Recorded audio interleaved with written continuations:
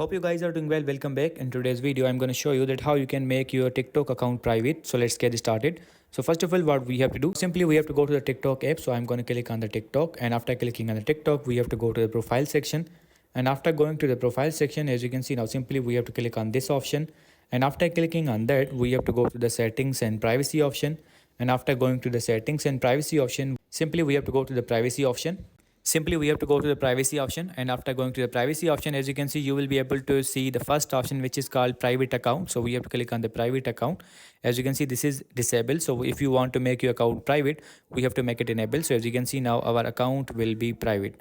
So in this way you can make your TikTok account private. If you want to make it public again, so you have to click on this again, and now as you can see, we have to click on the switch, and now our account will be publicly open. So in this way you can make your account public or private on the TikTok app. I hope you guys understand this video, that how you can do that. So see you in the next video.